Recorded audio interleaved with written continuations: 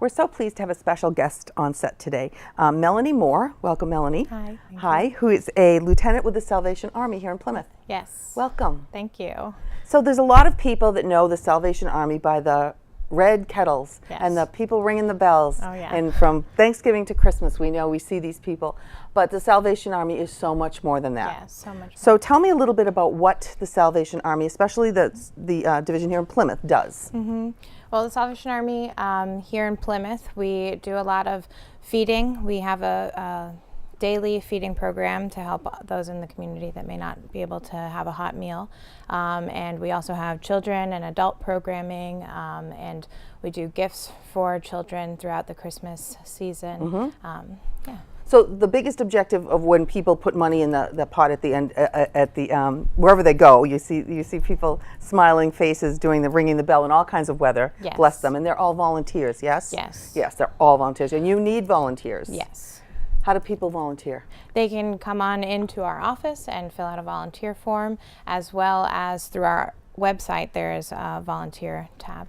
Which is salvationarmyma.org/Plymouth. Yes. Okay, where is your actual office, your building right now? Right now we are at 8 Carver Street. It's right downtown, right by the Plymouth Rock. Across from the Rock, yeah. Yeah, and you're moving? We are moving to 52 Long Pond Road. The old Elks. The old Elks Lodge, Lodge building. Great. So getting back to when we put money in the kettle, the biggest use of that money, if I hear you right, is to provide gifts and food for children and families around the holidays. Yes, it also is our budget for all that we do throughout the year.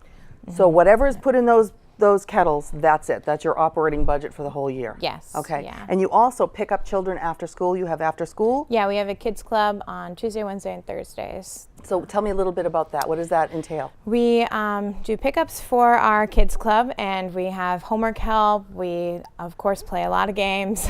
We do a snack each day. We do a dinner once a week with the children. What are the hours? From 3 to 6. From 3 to 6. So that's the good time if the parents are working and there's no one home for the kids. And do you charge for this? No, we ask for a $5 donation. Yeah, that's really sweet. Yeah. And how many children do you have in this program? About 30, so 30. And you pick them up in the van? Yes. From school? Yes. Is it all the schools? No, right now we have Nathaniel, Morton, Hedge, and Cold Spring. Okay. All right. And so if parents want more information, they can go to your website to get that. Please. Okay.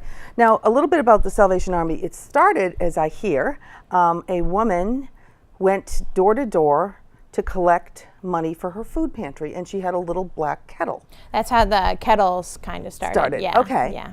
And it turned in from that. It boomed into being our sole funding, really. Yeah. And that was it started in 1865. 1865 is when the Salvation Army started in England. Yeah. In England. Okay. And it's been in Plymouth here since 1884. Yes. Long time. Here. Yeah. Wow. Yeah, almost since the Mayflower. No. Yeah, really, really. Now, your budget for the whole year, I was kind of surprised, is $80,000. Yes. And that is to run your kids' after-school program. You have some adult programs. You have the feeding of the children and the presents around the holidays. Yeah, and our social services. We help with heating and rent and other things like that. And it pays for the few salaries that you have aside from your volunteers. And that's $80,000 for the entire year. Yeah. And what are you at right now? 30,000. You're at 30. So you're behind. Yes. Okay. Yeah. So what's the message? What can we say to people when they approach someone and they're ringing the bell? What should they think about before they walk by without putting $1 or $5 or $10 bill in there? Helping your neighbor.